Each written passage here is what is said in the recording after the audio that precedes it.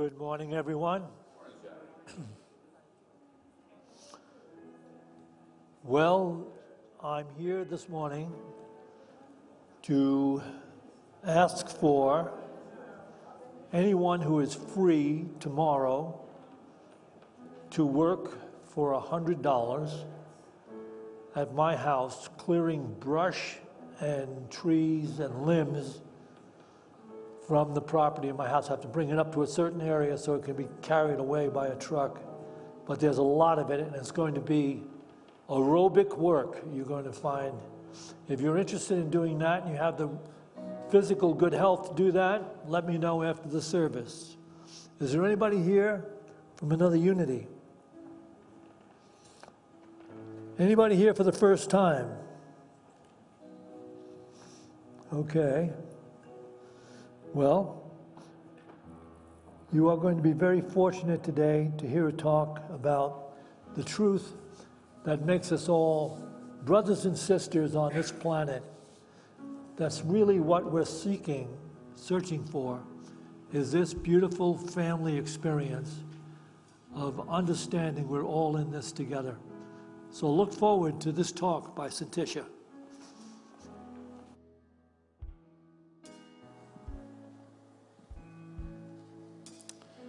Good morning, everyone. Welcome to Unity of Boulder. Those of you who are joining us here in person and those of you who are joining us online, thank you very much. I've got a few quick announcements of upcoming activities and events that we've got going on here at Unity of Boulder. We like to keep things busy and moving along here. So today we have a homeopathic remedies workshop led by Wendy Littlepage. Wendy, I'd like to have you come on up here if you wouldn't mind. The class today, it's from 1:30 to 3:30. It's $45. You can sign up in the bookstore, online, or you can sign up right before the class. It is going to be taught here by Wendy Littlepage here, who's a classically trained homeopath. I'd like to have her say a few things about today's event. Sure. Hi, I'm Wendy, and I'm a certified classical homeopath. And today I'm teaching a class on homeopathic principles and how to use remedies, homeopathic remedies, to treat symptoms of colds, flu, and COVID. And one of my favorite principles of homeopathy is like cures like. And so an example of that, we have a homeopathic remedy made from onions. It's called Allium cepa. And we all know what happens when you chop up an onion. You get watery eyes, burning eyes, runny nose, and the homeopathic diluted potentized remedy Allium cepa would be a great example of a remedy you could use to treat those very symptoms. So it could be from cutting an onion, but very likely it's from a cold or having an allergy, and so those make great remedies. So we'll talk about some principles of homeopathy, and then we're going to dive in and talk about the homeopathic remedies that you can use to treat cold, flu, and COVID. And I know that RSV and croup is going around, so I've also brought in information on those as far as remedies you can use to treat those. And then we'll talk about how you can buy remedies. They're very inexpensive. Put together your own kit. And then finally, I want to tell you a funny story. I went in to tell Syntysche on a Tuesday that I was willing to teach this class. And within a couple of days, my immune system, I had a few events that just kind of took a toll on my immune system. And I had gone this entire pandemic without having COVID. But within about 5 days of confirming this class, I indeed came down with COVID. So I think Spirit just had a funny way and thought that I would be a much better teacher if I had firsthand experience. So I hope to see you this afternoon, 1:30 to 3:30. Thank you, Wendy. Thank you very much.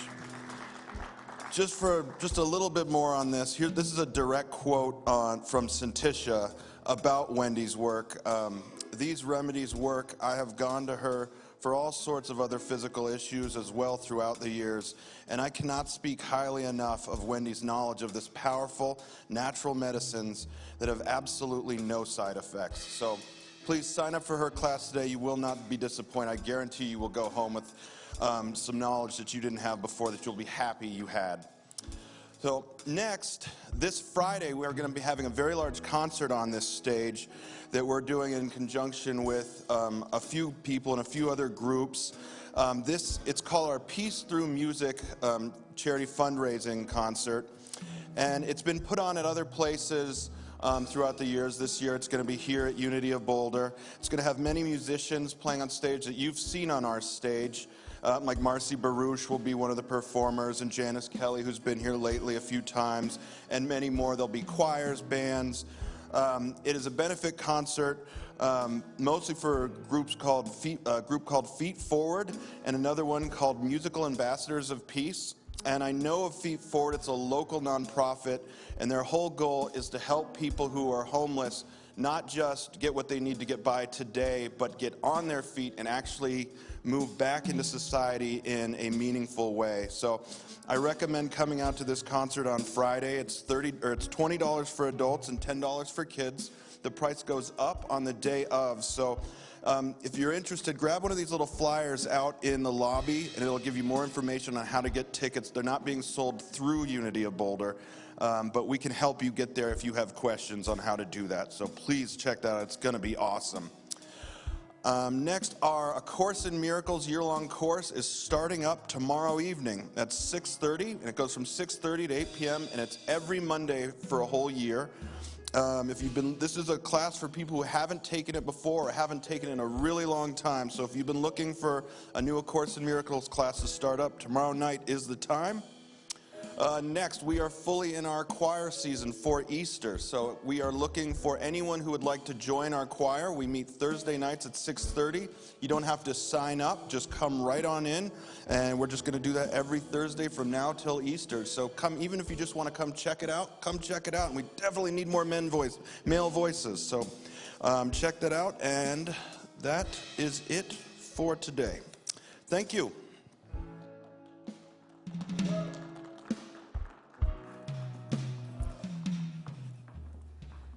Good morning, everyone.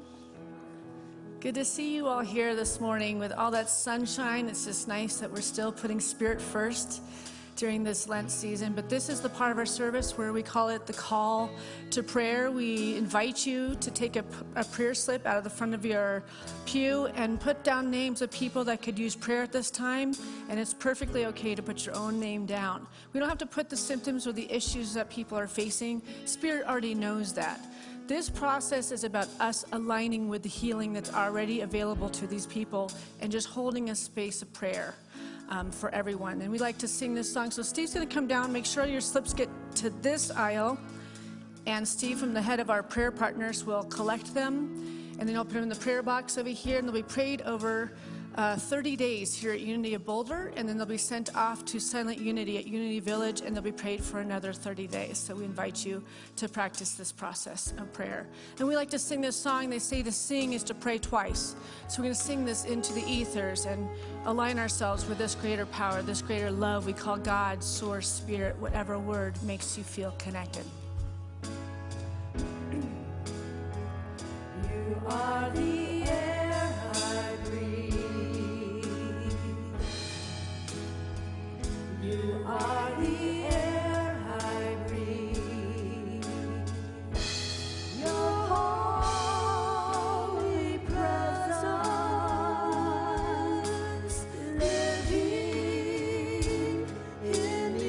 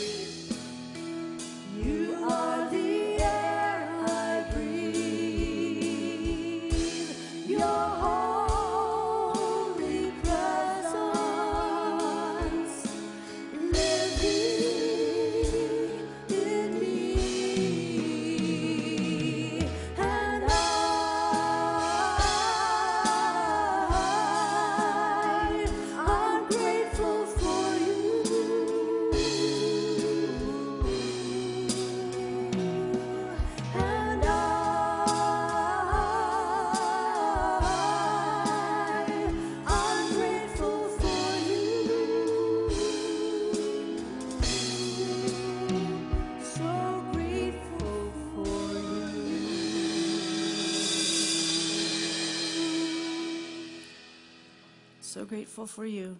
So it is.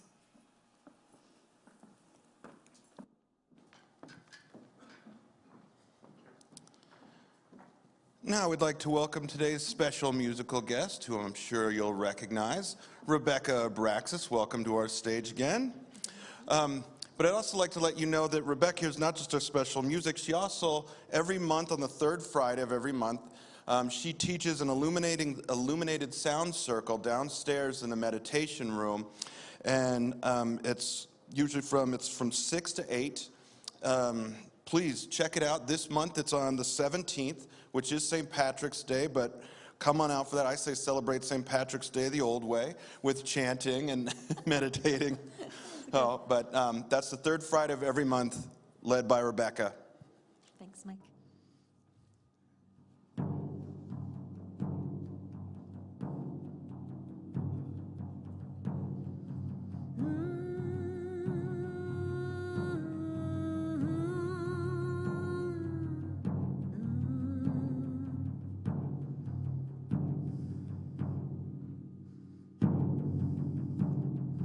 Falling from grace, only to see it put back into place. The sky blue surrounds me, and I find solace in what I've come to be. Rhythms of grace, rhythms of grace, we are rhythms of grace.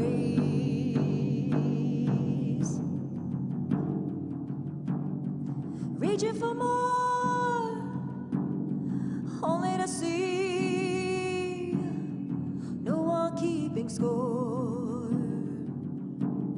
The day's short, such is life too, and everything old now seems new. Rhythms of grace, rhythms of grace, we are rhythms of grace.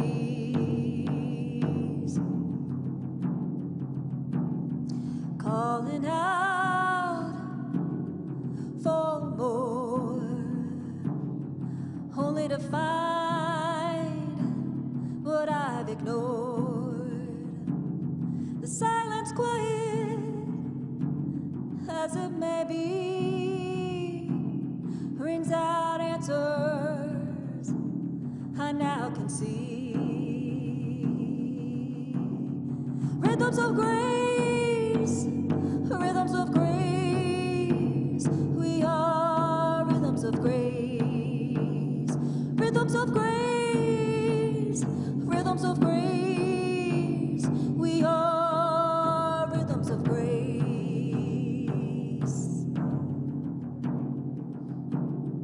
Flying now instead of falling, only to see I could be so real.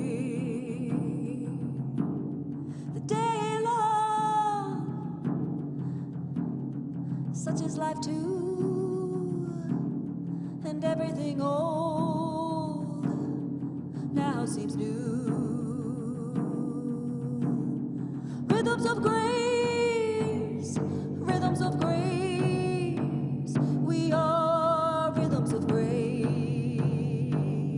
Rhythms of grace, rhythms of grace, we are rhythms of grace. Oh, oh, oh, oh, oh, oh, rhythms of grace.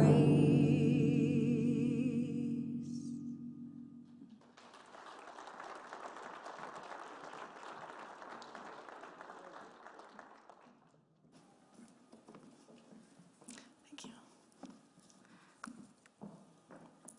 Good morning. Thank you, Rebecca, for that beautiful way to start.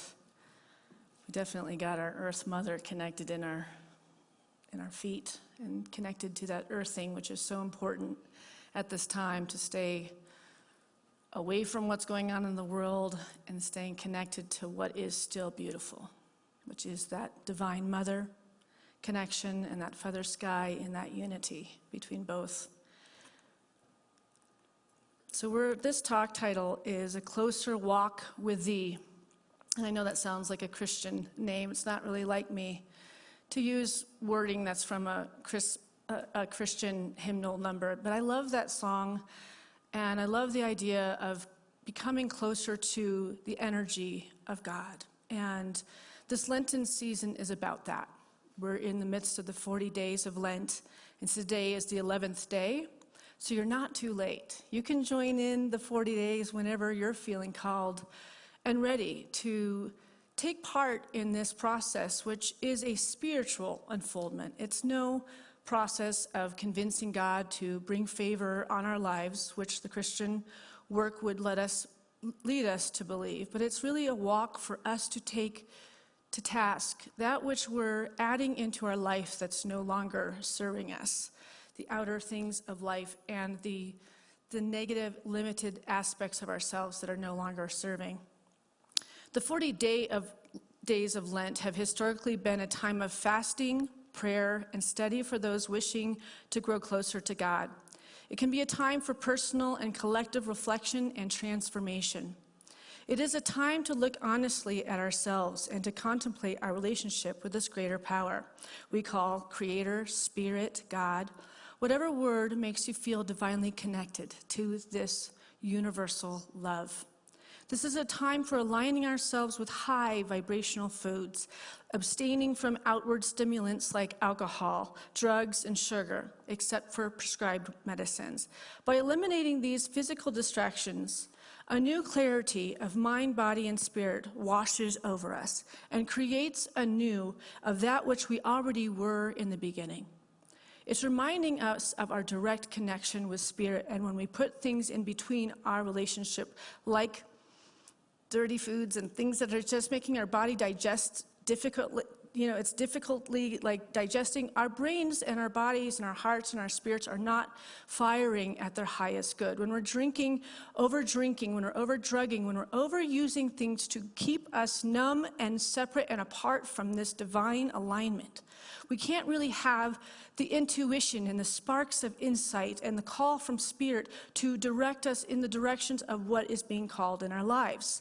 And this doesn't just come down to physical stimulants, but it comes down to the lack of forgiveness towards others, negative self-talk, some sort of inner shame that we hold, or a guilt, or facing a poor health and we're trying to figure out how to heal that. And symbolically, we need to let go of the things that are no longer serving our lives. It's a sort of a death. When we're walking down these 40 days, we're walking down in a metaphysical way with Jesus, as he was walking towards his death to go up on the cross, where he said to the world, they do not know what they do. They have no idea why they're doing this. They're taking out pure love and pure light. And so then he dies, but then he resurrects into the light. And this journey is not about Jesus, but it's about us. And when we're ready to face our inner, for better words, demons, the things that we've learned to go to protect our feelings, to protect our rawness, to protect our vulnerability, which in the end has actually destroyed our openness, has destroyed our connection. We think it's helping, but it's actually destroying. We are then inflicted, when we finally, in a good way, with dreams, with insight. These are afflictions that we want when we let go of these things that are no longer serving. We will have divine ahas. We will be told and shown what is needed, what is next. There is no limitation of what we can overcome during this 40 days. And the truth is, it's any 40 days. It's just that as a collective energy, we're doing it together. And we are better in numbers than in apart or in separation. In Keep a True Lent by Charles Fillmore, our co-founder, he says this: in the universal God mind is a substance that includes the seed of all visible substance. It is the only real substance because it is unchangeable. While visible substance is in constant transition, God as substance does not mean matter, because matter is formed. God is formless. The substance that God is lies back of all matter and all form. It is that which is the basis of all form, yet enters not into any forms as finality. It cannot be seen, tasted, or touched, yet it is the one and only substantial substance. It's the fuel, it's the air, it's the breath. It's the everything that fuels the positivity. It's also the energy that fuels the negativity, because it's energy. And it's a moving forward energy. So we have to take to task what we are letting be filled in our experience. What are we harboring? Are we harboring pure light and gratitude and thankfulness and sobriety and using this vessel as God's vessel so we can create wonderful things in this life, substantial friendships, wonderful relationships, all of these beautiful things that can happen? Or are we still stuck in the old patterns of hiding from the beauty of our life by leaning on things that no longer serve us? The things of the world, the things that maybe give you relief for a little short minute, but then leave you with massive shame, massive hangover, massive blurriness, massive fog, right? These are choices we can make during this time. So I want to get a show of hands of those of you who have dedicated yourself to this 40-day Lenten process. That's pretty good. I would say like 25% of you. And how many are inspired to start today? Right, so that fills it in. Did you raise your hand once? I love it. I love the honesty. Okay, so it's really a matter of aligning with what we want, right? And a lot of times we think we can align in mind and then be matched. But the truth is we have to align in mind, body, spirit, soul. There's so many levels of alignment. So we can say what we want to the universe, but we then have to find the alignment that's through all of the chakras that meet with. And then the universe is that wind that makes it all come about. That healing that we're seeking, that relief that we're seeking, that health that we're seeking, right? So last summer, and I've shared this before, I had an experience where I was met with alignment, and with an alignment that I knew I was supposed to be a part of, but I wasn't ready to resonate with it. And all of my life, I grew up vegetarian, but in my adult life, I found that my physique was much thinner and prettier if I was paleo. So I was very dedicated to a diet that made me look the prettiest, but didn't feel in alignment of my physicality, right?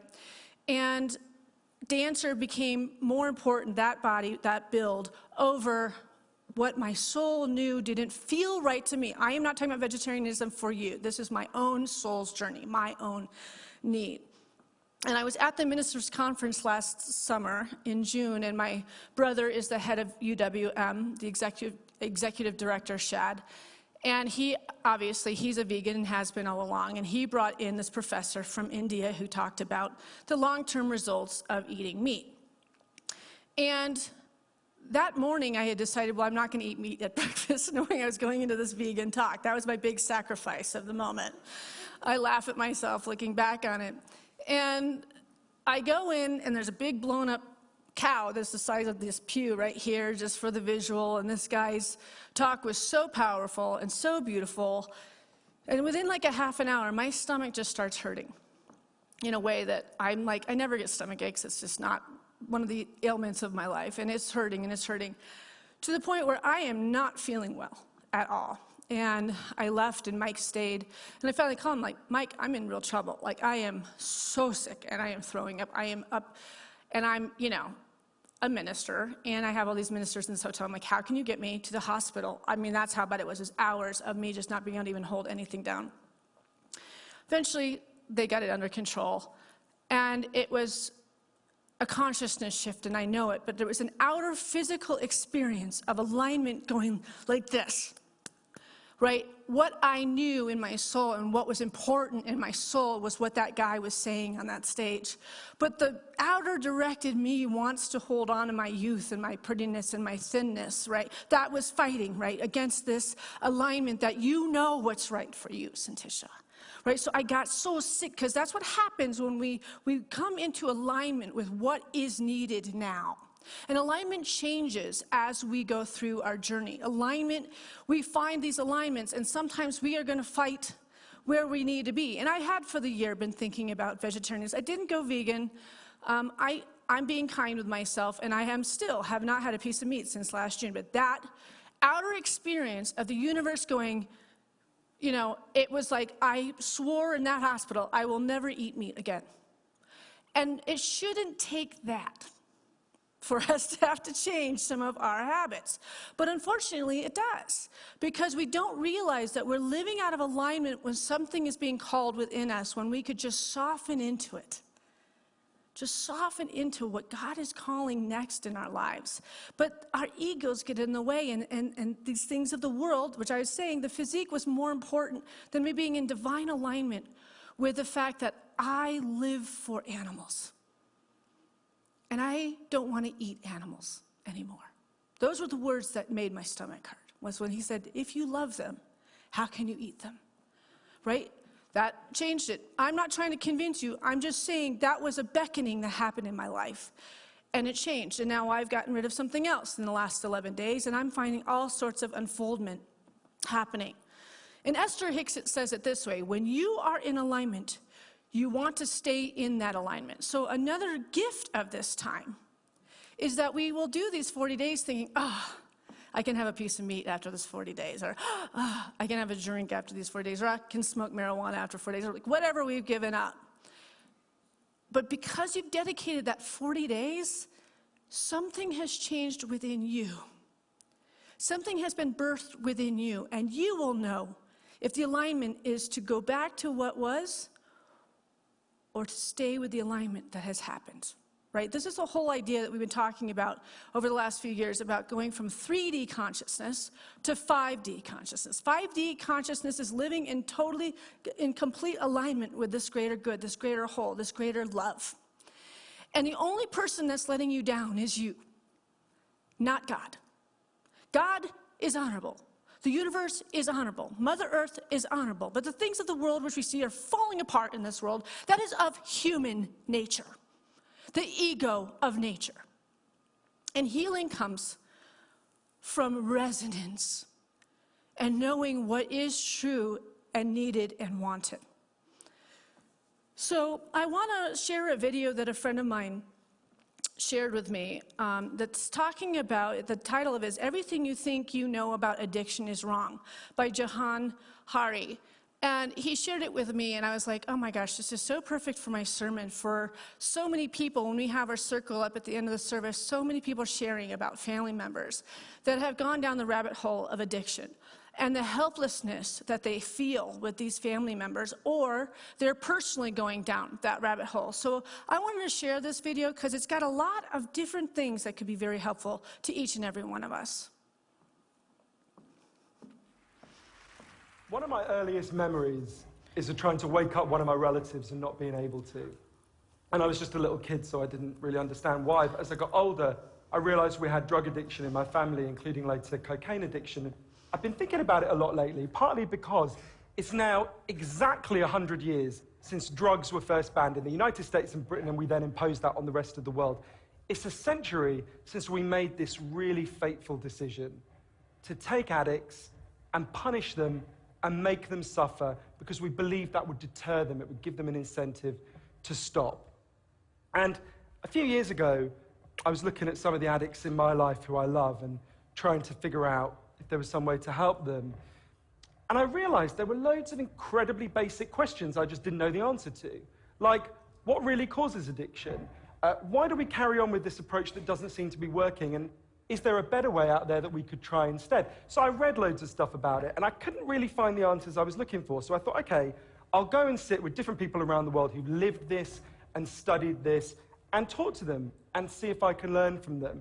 And I didn't realize I would end up going over 30,000 miles at the start, but I ended up going and meeting loads of different people, from a transgender crack dealer in Brownsville, Brooklyn, to a scientist who spends a lot of time feeding hallucinogens to mongooses to see if they like them.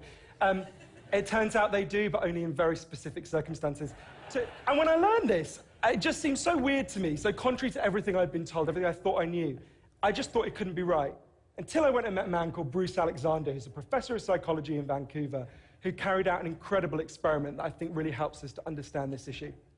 Professor Alexander explained to me, the idea of addiction we've all got in our heads, that story, comes partly from a series of experiments that were done earlier in the 20th century. They're really simple experiments. You can do them tonight when you go home if you feel a little bit sadistic. You get a rat and you put it in a cage, and you give it 2 water bottles. One is just water, and the other is water laced with either heroin or cocaine. If you do that, the rat will almost always prefer the drugged water and almost always kill itself quite quickly. So there you go, right? That's how we think it works. In the 70s, Professor Alexander comes along and he looks at this experiment and he noticed something. He said, we're putting the rat in an empty cage. It's got nothing to do except use these drugs. Let's try something a bit different. So Professor Alexander built a cage that he called Rat Park, which is basically heaven for rats, right? They've got loads of cheese, they've got loads of colored balls, they've got loads of tunnels. Crucially, they've got loads of friends, they can have loads of sex, and they've got both the water bottles, the normal water and the drugged water. But here's the fascinating thing. In Rat Park, they don't like the drugged water. They almost never use it. None of them ever use it compulsively. None of them ever overdose. You go from almost 100% overdose when they're isolated to 0% overdose when they have happy and connected lives. Now, we can't go on with a country where we're having ever more people becoming heroin addicts. Let's set up a panel of scientists and doctors to figure out what would genuinely solve the problem. And they set up a panel led by an amazing man called Dr. Huao Gulao to look at all this new evidence. And they came back and they said, decriminalize all drugs, from cannabis to crack. But, and this is the crucial next step, take all the money we used to spend on cutting addicts off, on disconnecting them, and spend it instead on reconnecting them with the society. And that's not, essentially, that's not really what we think of. What they did wasn't really what we think of as drug treatment in the United States and Britain. So they do residential rehab, they do psychological therapy that does have some value. But the biggest thing they did was the complete opposite of what we do. A massive program of job creation for addicts and microloans for addicts to set up small businesses. So say you used to be a mechanic. When you're ready, they go to a garage and they'll say, if you employ this guy for a year, we'll pay half his wages. The goal was to make sure that every addict in Portugal had something to get out of bed for in the morning. And when I went and met the addicts in Portugal, it was fascinating. What they said is, as they rediscovered purpose, they rediscovered bonds and relationships with the wider society. It'll be 15 years this year since that experiment began, and the results are in. Injecting drug use is down in Portugal, according to the British Journal of Criminology, by 50%, 50%. Overdose. Now, that's the kind of political implications. I actually think there's a layer of implications to all this research below that. You know, we live in a culture where people feel really increasingly vulnerable to all sorts of addictions, whether it's to their smartphones or to shopping or to eating. You know, before these talks began, you guys know this, that we were told we weren't allowed to have our smartphones on. And I have to say, a lot of you looked an awful lot like addicts who were being told their dealer was going to be unavailable for the next couple of hours. And, you know, a lot of us feel like that. And it might sound weird to say, oh, you know, I've been talking about how disconnection is a major driver of addiction. But weird to say it's growing because you think, well, we're the most connected society there's ever been, surely. But I increasingly began to think that the connection we have, the connections we have, we think we have, are like a kind of parody of human connection. If you have a crisis in your life, you'll notice something. It won't be your Twitter followers who come to sit with you. It won't be your Facebook friends who help you turn it round. It'll be your flesh and blood friends who you have deep and nuanced and textured face-to-face relationships with. And I think there's a study I learned about from Bill McKibben, the environmental writer, I think tells us a lot about this. It looked at the number of close friends the average American believes they can call on in a crisis. That number has been declining steadily since the 1950s. The amount of floor space an individual has in their home has been steadily increasing. And I think that's like a metaphor for the choice we've made as a culture, right? We've traded floor space for friends. We've traded stuff for connections. And the result is that we are one of the loneliest societies there has ever been. And yet, Bruce Alexander...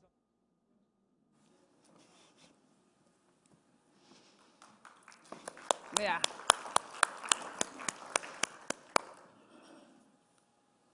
So the title of that was Everything You Think You Know About Addiction is Wrong. That's a 15-minute video. That was just 5 minutes that I cut out of it. So it's missing a lot of the most important pieces. But I just want to share the pieces that I felt were really pertain to Lent. And really what our culture and what our people have gone through. Like if you look back on COVID and being isolated, you know that in the United States that the alcohol sales tripled. Right, so, and also prescription drugs doubled. Like the amount of us being isolated, what happened? People didn't go to God because they couldn't even go to church. What if there were powers that be that were trying to separate us like that so we could just now just completely just fall apart and become like sheep, just following what shepherd? The drug shepherd, the alcohol shepherd, but honestly, that's what got idolized through that spell, more than us finding the truth of our being. What are we in separation versus what we are in oneness? And those of you that are here are connected and wanting that connection in oneness. We're bringing our children to Sunday school, reminding them that there are heightened individuals that carry that same kind of energy, that we can be together and mirror this kind of love so we can actually transform our lives through all the difficulties that we've seen over the last few years and what we're seeing in the world still today. We want to find this greater love. We want to feel this greater peace. But the truth is even our spiritual community is still half of what it was before COVID happened. But what he's saying is that we need each other. This oneness, this completeness, this is a place to be, to be reminded of the beauty of what we are. We don't get this at the 7-Eleven. We don't get this at our jobs. We don't get this. Yeah, we can watch YouTubes after YouTubes till we are like, but are you able to share that with someone else and experience talking about these things so that the seed is planted within you, becoming a part of you as you expand into this Christ figure that's going to resurrect in the next 29 days? You have that chance right now. So, the importance of having a spiritual community, I'm going to talk about that for a little bit. Spiritual community is one of the most important aspects of the spiritual path. In Buddhism and some other yoga traditions, it is known as Sangha and is a central part of meditation practice. Sangha refers to the community of people on the spiritual journey. Traditionally, it was used to denote a community of ordained monks or nuns. But more recently, the term is used to describe a wider spectrum of spiritual practitioners. So we can find Sangha in meetings with advanced or enlightened teachers, but we can also find it by spending time with other fellow spiritual seekers. The Paramahansa Yogananda once said, environment is stronger than willpower. Environment is stronger than willpower. You may have plenty of willpower on the path, but find yourself in a negative environment or around people who hold you back. If this is the case, it's hard to reach your highest potential. Most of us are not able to grow far beyond the energy we are surrounded by. We are not able to grow beyond the energy that we're surrounded by. So often in these circles, we hear about family and friends that are having some Christian idea that are trying to put down your illumination and your expansion and your growth and your miraculous experiences. And when you're saying you had a miracle and all these things, they want to point out how that's not possible and you're not right with Christ. Things like this. Because your spiritual community is the actual mirror. Because they're on this path with you. It's needed, it's wanted, and it's necessary. Why do you think AA works so well for people that are addicts or NA? Because they're brought into community all the time to talk about what they can't control, and they have to let it go to God. And together, they do that as a team. And they support each other when somebody's having a hard day around alcohol and drugs, and they're the masters for one, and sometimes they're the one that needs the master. And that's what we are. That is God. That unity between oneness, we are all of it. We are the addict, we are the healed. We are the master, we are the broken. We are all these things, and then we can get into synergy, and eventually we are the second coming of this Christ everybody's waiting for. Because we've taken a task where we are stepping into things to distract and numb ourselves from this greater something this alivened love within us. And we show that out to this world until people want to go together. And we are a team. We are the leaders. We are the shepherds that are bringing these people to this light that is being so desperately called.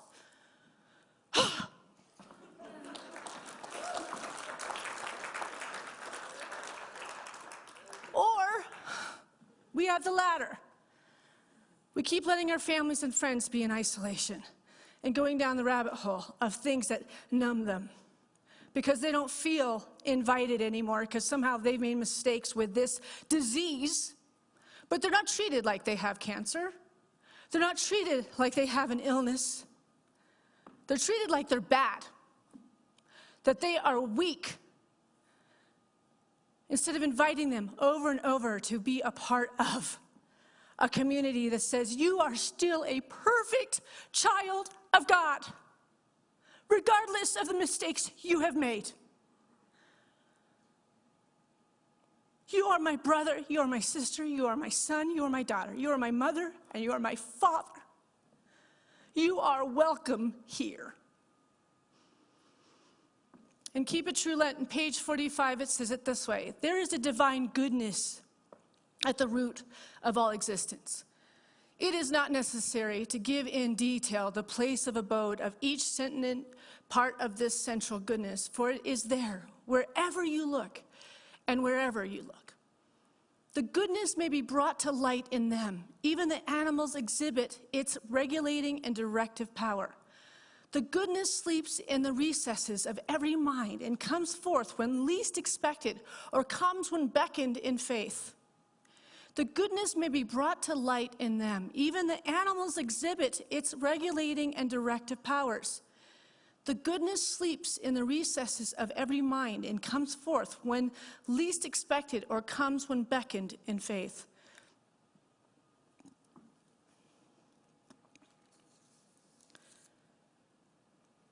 So, everybody at the root of it is perfection. There's nothing that makes you separate from that. Everybody has made mistakes. And it's okay to love yourself through your mistakes. Most importantly, it's our shame, it's our guilt, and it's our mistakes that we've made that keeps seeing ourselves as less than perfect. And then we create an outer picture of you being less than perfect in this world.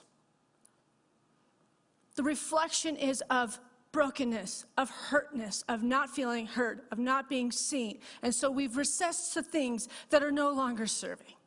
When we can face our shame, when we can face our cuts in sobriety and in clarity, the universe is going to grab you and run with you. Nothing can stand in your way. In Spiritual Economics by Eric Butterworth, it says it this way: a needy person once knelt down before Jesus saying, "Good master." Jesus cut in abruptly saying, "Why callest thou me good? None is good, save one, that is God," in Luke 18:18. He never seemed to lose sight of the fact that while people thought he was God become man, he knew he was man becoming God.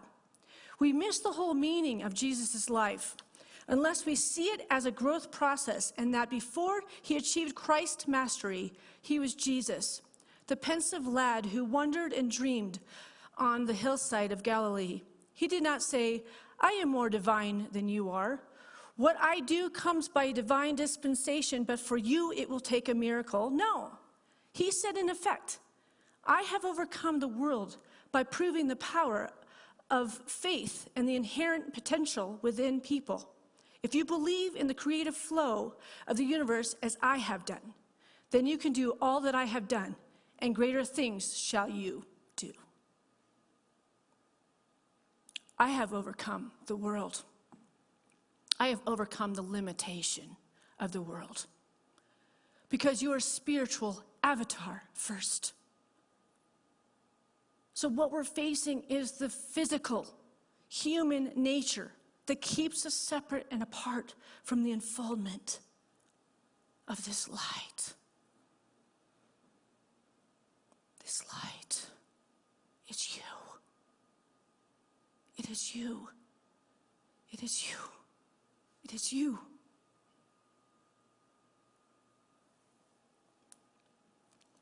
So this week I had an experience with the thing that I've let go of for the last 11 days. And again, it was earth-shattering and it made me sick. I've got to figure out why, when I have these spiritual adjustments, it puts me basically in bed for 2 days and just sleeping. You know, it's weird. The occurrence, they call it chemicalization. It's a spiritual chemicalization. Your physical body can't handle the leap in this higher alignment, so your body has to kind of catch up. And that's been my experience. That doesn't need to be your experience. I don't want you to take that on yourself, but I had that happen this week. So I was in a situation where I acknowledged for a moment that I had second sight, and I've had that all my life, but this one was so tangible, so tactical, that I just basked in it, and I didn't get emotional about it, but I just witnessed it. And I wrote this down about a few hours after I experienced, and this is what I wrote. Nothing has changed in my outer world, but something has changed in me. The breath of life is being restored, your presence so close, I can hardly believe it. My heart, dear Spirit, is opening more and more as I center in your love. Yesterday, my mind left the things of the world as I noticed puffy snow slowly falling out of a distant window. Everything became a beautiful mosaic of my entire life, of the past, present, and the glimmers of the future. Old familiar sounds of crossed over friends clamoring in joy as my soul shook as to be spiritually adjusted in alignment with what exists in the living and what exists beyond. I'm so eternally grateful for all of this. I'm so completely emotional for it as well. I have been touched by this secret spring, and this goodness has brought to light in me something new. And these are the kind of things that happen when you dedicate yourself to your spiritual life.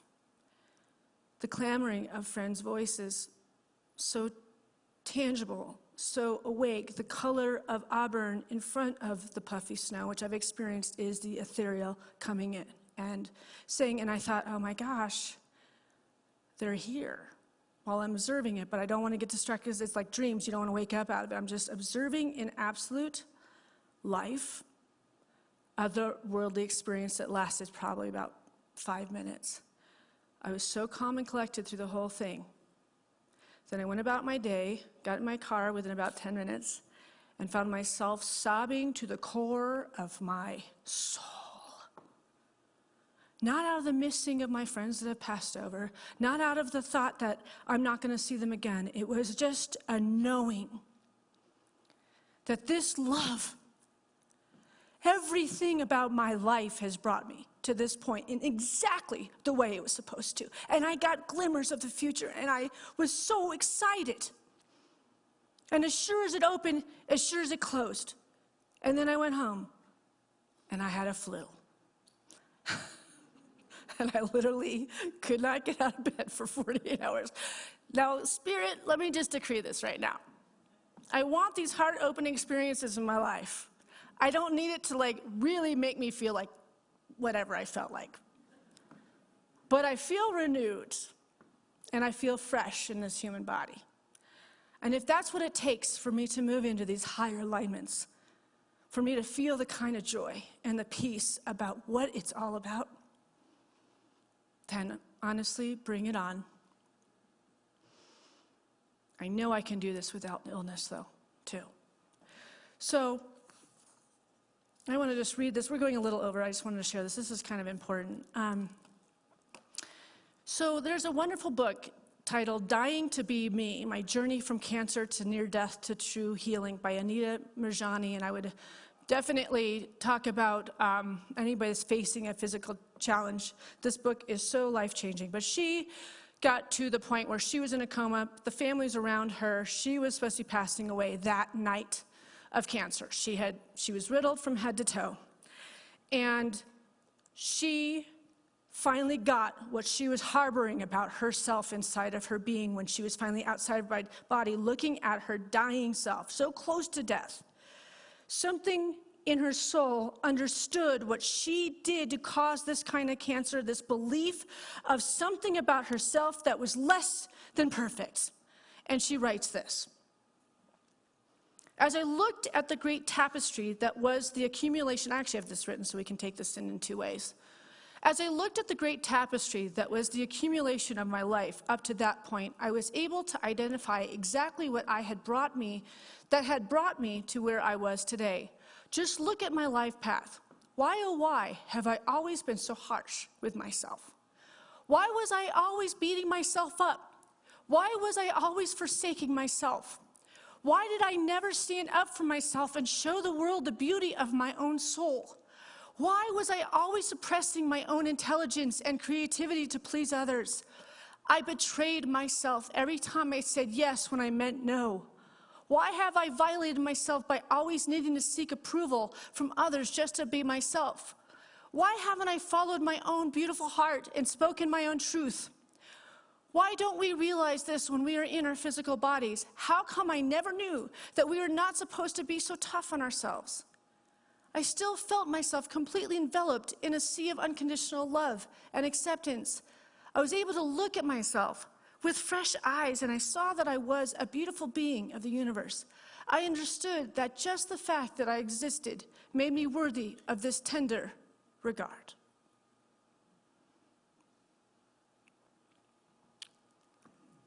So let's just go into a short meditation, and I'm running over every week. I'm sorry, you guys. I'm trying to stay within. But I think it's time to close the meditation and just take to heart what speaks to us in this. So let's just take a deep breath in.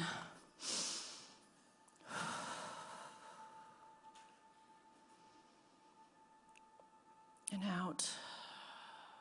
Just looking back on this, what has been shared today, if it's the music or the announcements or the talk, what stood out that resonated with your heart today? And just breathe that in, because it's all in divine order. It always has been. What you heard might have not been heard by someone else, because it is the perking of your own spirit that aligned with what was said here today. All is available to you. You are the only one who knows what you need. And then God will beautifully swoop in and fulfill it effortlessly today.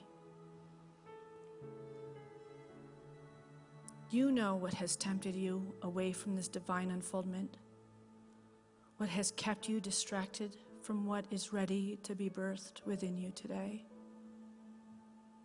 Most importantly, you have to remember you are a perfect child of God.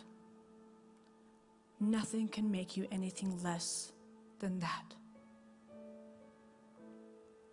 For the measure that you give to the order of your beingness instead of your doingness, you will receive tenfold from the universe.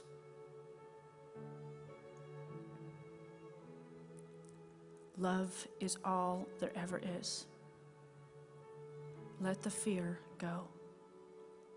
Let separation go. Let your self-doubt go.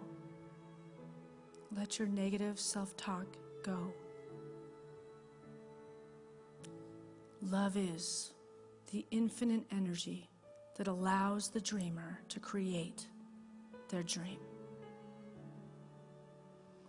And all the universe has ever wanted for you is for your dreams to come true.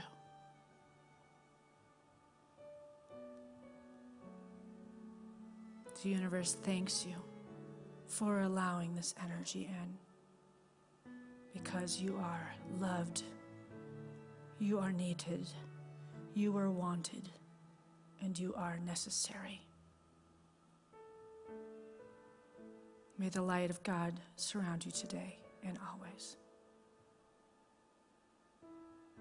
And I personally send you much love. I bless you. I see you. And I need you. And I love you. Amen.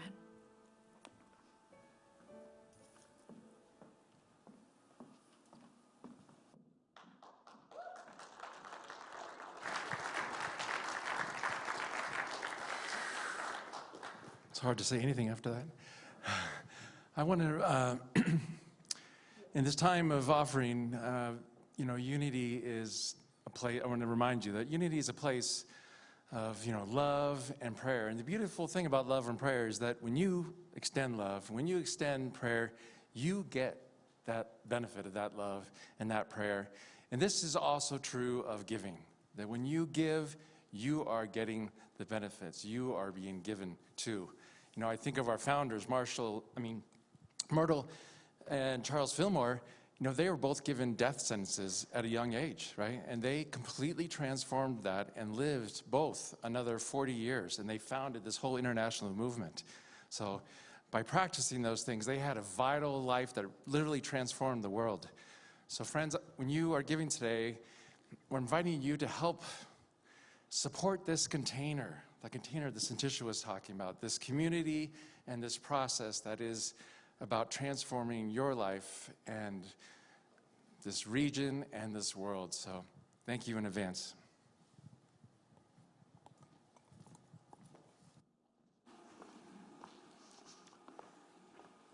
Well, freely we have been inspired, and now freely we can give back to support this organization, this church center of Unity.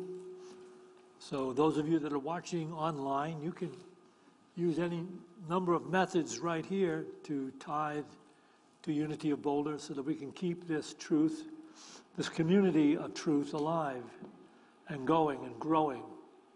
And I also invite you to come in person and share in the energy that is being shared here every Sunday. So now let us bring to mind that financial gift we'd like to make to Unity of Boulder. Let's bless it with this offering prayer. Divine love through me blesses and multiplies all that I have, all that I give, and all that I receive, because I give. And so it is. Amen. And we have Rebecca Abraxas to share her beautiful music with us once again. Okay, so Syntysche's talk got to me. Anyone else? A ball of tears? My makeup's all over the place. Okay. Thank you. I think I'm going to have a sob in my car after this. All right, you guys have a part in this song. So let's just, all that energy from the talk, let's just put it into sound. Ooh, here's your part. Ooh, ooh, ooh, ooh, ooh. Can you do that with me? Ooh, ooh, ooh, ooh, ooh, ooh, ooh, ooh.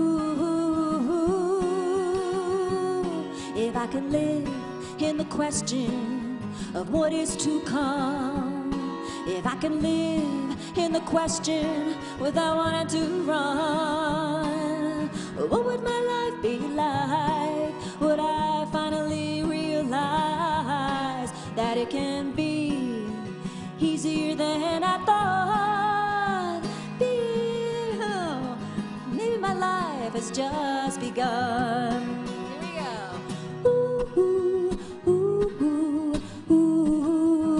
That's it. Ooh, ooh, ooh, ooh, ooh. What am I bringing in? What am I bringing in? What am I bringing in through the questions that come? What is to come of me? What is it now that I can be? if I can live in the question of me. If I can let go of each day, starting fresh and new. If I can let go of how and all I have to do, could more actualize, could I finally realize that it can be easier than I thought, being parts of me I love but I forgot. Ooh, ooh, ooh, ooh, ooh, ooh, ooh, ooh, ooh. What am I bringing in? What am I bringing in? What am I bringing in through the questions that come? What is to come of me? What is it now that I can be? If I can live in the question of me. Ooh, ooh, ooh, ooh, ooh, ooh, ooh, ooh. What am I bringing in? What am I bringing in? What am I bringing in through the questions that come? What is to come of me? What is it now that I can be?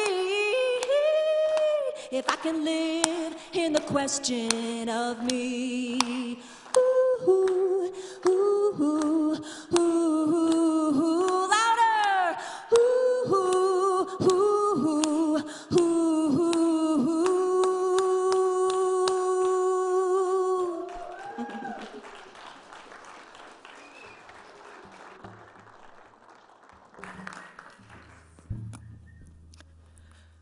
Thank you, Rebecca. So much fun. Such a beautiful and appropriate song for today. All right, well, we have that Healing Remedies workshop after the service today at 1:30. You are going to get skills of self-healing like you can't imagine. I went through, after having COVID the second time, my heart had a rhythm that was off for about 8 months. It was very, very scary. It was just racing constantly, and I could not get on top of it with meditation and everything else. And I went to Wendy, and she gave me a whole regimen, and it completely put my heart back in order. It's amazing, powerful healing modality that has zero side effects, and she's helped me with many different things through the years of injuries with feet and all sorts of stuff. So I highly recommend this workshop. After I had COVID, I didn't get a real bad COVID, but I'd start to eat, and somehow the juice in my throat, my little spit, would go up, and I'd go, oh. And it was like, what was that? You know, and it happened a lot. And it was like, when I would go to eat.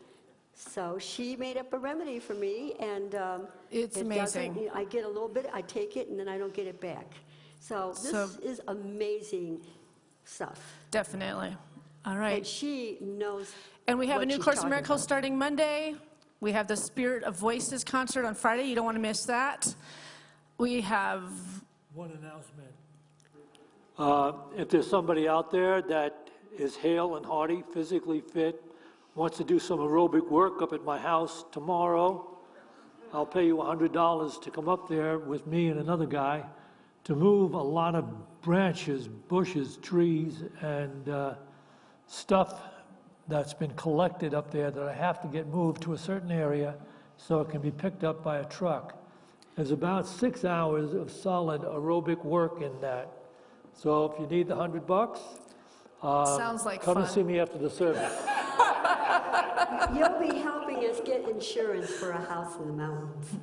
All right, let's all rise and close with I release and I let go. You can give your name and number to Jack. He'll be in the fellowship hall. Also, we have our circle up in 15 minutes at the back of the sanctuary if you want to discuss this sermon further. Here we go. I release and I let go. I let the Spirit run my life. And my heart is open wide. Yes, I'm only here for God. No more struggle.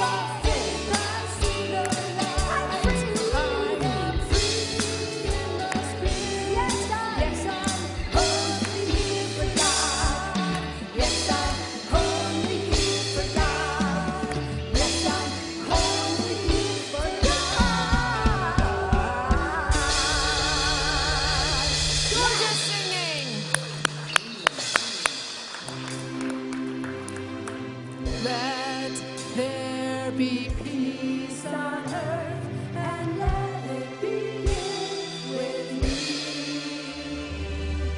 Let there be peace on earth, the peace that was meant to be, with God as creator, family all agree. Let me walk with my family in perfect harmony. Let peace begin with me. Let this be the moment now. With every step I take, let this be my joyous song. To take each moment and let each moment in peace eternally. Let there be peace on earth, and let it begin with me.